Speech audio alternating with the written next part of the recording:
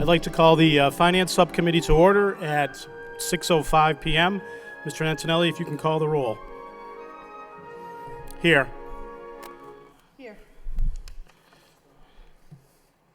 Okay. Two present. I guess basically we're having a discussion. The meeting was called by the superintendent to discuss, I guess, a presented ELE program realignment plan. I guess at this point, if I could recognize Mr. Antonelli again. Just turn your mic up for the, that's okay. Thank you. We have Dr. Chia with us tonight, and she is going to explain the need for additional staff members in the ELL program.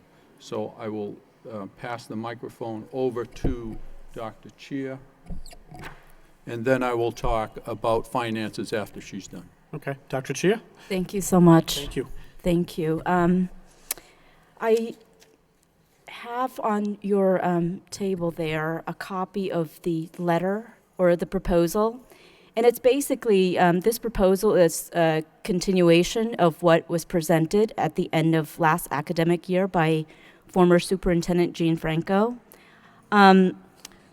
So this past year, we were able to hire 2 teachers to place at 2 of the 7 schools that were initially presented in the first proposal. That is the Bartlett Community Partnership School and the Morey Elementary School. So therefore, we have 5 schools remaining that we would like to propose the hiring of ESL teachers to place at those schools. And the reason behind revisiting the proposal is that we are in need of hiring an ESL teacher to place at the Bailey School. Right now, there is no ESL teacher for the school, and that school has about 110 English language learners. And at the Stocklosa, there is a high enrollment, approximately 291 students right now. Although they have 3 ESL teachers in place, they need an additional teacher to help provide additional services to students at a more advanced level. 2 out of the 3 teachers that are currently there are teaching newcomer classrooms, so they're tied all day long teaching the newcomer students, so we need an additional ESL teacher there. In the Lincoln School, there's also a high enrollment number. They have 1.5 position, ESL position there right now. They have 199 students presently. And at the Moody and the Washington, currently there are no ESL teachers at the 2 schools. And what we would like to propose is that we hire 1 for the Bailey, 1 ESL teacher for the Bailey, 1 for the Stocklosa, 1 for the Lincoln, and 1 to share between the Moody and the Washington, because those are our 2 smaller schools. And also, we would like to propose hiring additional ESL tutors to help support schools where there are currently no, for example, alternative schools where there's no ESL teachers.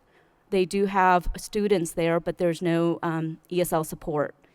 And also tutors to help provide supplemental support to schools where there are currently high numbers, such as the Merklin School, for example, and other elementary and middle schools with high numbers. And this year, the Department of Elementary and Secondary Education's came up with recently published new guidelines requiring districts with preschool programs to assess students during registration or students that are currently in our preschool right now, to start providing them with the initial language assessment to determine their language needs. So with that addition, we would like to hire an additional part-time tester to help test the preschool children. We estimate that each year there are about 300 preschool students that speak a second language, and we are required by the new guidelines to assess those students. And I just want to add that the district is trying to increase our ESL license staff capacity. We are involved with the TESOL grant, which is Transforming Education in Schools for English Language Learners with Fitchburg State University. We partner with them to provide grants to teachers, paraprofessionals, and tutors interested in seeking an ESL license. So within that program, right now, we have 20 staff members who have obtained the ESL license, and 50 staff members who are in the process of obtaining their license through the program. So we have 2 more years under that grant to really encourage our staff to become ESL licensed. Are we at full capacity for what you have? I mean, can we have more folks added into it before the grant expires, or are you at max capacity? We have not. So I'm still encouraging staff to participate in the program. It's free. Yeah. So it's a program that they could obtain their master's program as well as obtaining their ESL license. Okay, thank you. Okay, just a quick question on the finance before you get into it. I guess the question I had, I looked at the tutors real quick. Is that something we could be taking from Title I costs at all, or is that something you're looking to come out of the bottom line of the actual budget? We're looking to use other funds for all of these positions. Okay. So the total amount of money, as you can see on the spreadsheet, is projected from now till the end of the year to be $182,000. There is a school day care fund which has a balance of $247,000, which was being held as a safety net in case we needed to pay for either the full-day kindergarten grant or the inclusive preschool learning program. But both of those programs were funded by the state, so we don't need to use that money for that purpose. Do you anticipate? I'm Is sorry. Go ahead, that showing on here? And I don't see it on here. No, it No, does not okay. show on there, So but that would take the ELL tester preschool out of this proposal? so the $247,000 would be used to pay for all of the positions listed here, Okay. which would mean that it would cost $182,000, and the balance would remain in the school day care fund account. Yeah, Ms. Martin? Question? Again, could you, so the source of those funds that you would, that you're talking about, the 200 plus, where are those It's coming a from? revolving account, and it's called the School Day Care Fund account. Yep. It was established a few years ago.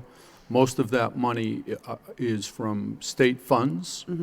And as I said, it was sitting there with the possible intent of using it as a safety net if we did not get funding Funding, for yeah. the kindergarten or the preschool program. But the money was not specifically allocated with that as a goal. No, it was put in the fund so that you could provide services to extended day programs. And so what we're thinking we would do is use these funds for other operating expenses and then transfer the available funds to this account. So the money came in with the stated purpose of funding after-school and before-school activities? Yes, of providing extended school day services, that's correct. So what opportunities do we have to change how we use those funds? We really would use them for extended day services. There are some expenses that have been charged to operating costs, which should be considered for extended school day services. Electricity, heating, we have technology expenses. We also have expenses right now for preschool expenses. So all of those, I believe, are legitimate uses for extended school day services. Preschool would be considered extended day? It's not really a requirement. It's not an extended day. It's an extended program, really, the preschool. Yes, I understand what you're saying, but in this case, some of the kindergarten expenses also. Okay. It's but extended. Okay. I mean, I would just say, before we'd be able to take any action on this, I think we'd need to see the language around these that Yes. came with those funds. Fine. Just so we can have a better understanding of exactly how much flexibility we have. Yes. Sorry, go ahead. No, I think, I agree, and I wanted to say that, as you know, it's not on the school committee agenda tonight. Yeah. So our intent was to get information from the subcommittee members, get the answers to those questions, get it back to you, and then bring it to the school committee at the following meeting. no, that makes complete sense. So just, I guess that's a good question to follow up on. I guess as a Yes. state, I guess have you spoken to the state in terms of it being appropriate? Have you had any, like, correspondence or any dialogue with them saying if they had any issues with it? I have not had dialogue with them. I have read the requirements of the revolving accounts, and I could certainly have dialogue with someone from the state about that. Okay. No, I appreciate that. I think Yes. it's being creative, and I think that's good to look at. Just want to make sure that we're not getting ourselves in trouble. The other issue is, do we expect to have to use this money next year, in the next fiscal year, when you're Yes. creating your budget? So it's going to be, I That's guess, right. additionally creating a $182,000 challenge. At this point, it's probably the nicest way of saying it, but it could cost, You're absolutely correct. Okay. It is just a one-year fix. okay, And so next year. or less than 1 year, really. I mean, by the time you hire, Less it'll than be- 1 year, yeah. right, from now until the end of the year. But next year, you would have to include that in your budget. Okay. And I guess the other question for Doctor, I guess the question's like really justifying why the need. I think the numbers are obviously there, but just kind of a good explanation as to how they'll be utilized say, at the Bailey School or at the Stocklosa or wherever you're going to be utilizing them, how you anticipate that. I haven't had a chance to go through what you presented. It probably isn't here already, so I apologize for that. But that's kind of what the full committee would probably want. If you're going to spend the money, how do you expect to have that? What type of results do you expect to achieve from that? I think the results part is really something the committee should be looking at. What do we anticipate, or what do we hope for? What outcomes are we hoping for? Ms. Martin? I'd also say that it would be really helpful to get some additional information as to what we're not going to be able to do if we spend the funds in this way. There's a balancing act, we all recognize that, so, it's not a killer, but I really think it's important that we understand what goes away, because we have to focus on this. So good. No, I appreciate the creativity. At least we're thinking differently, and I think just let's get answers to those questions for the committee, and I think you should put it on the agenda for the next meeting for a dialogue at that point in time. Excellent. Okay. We Any will other do questions? that. Good. Thank you very much. Thank you. Thank you. Any other? Thank you. I have a motion, take that as a report of progress from Ms. Martin, second by Mr. Leary. All those in favor say aye. Aye. Take a motion by Ms. Martin to dismiss, to adjourn. Motion by Ms. Martin, second by Mr. Leary. All those in favor, aye. Adjourned. Thank you very much. Thank you.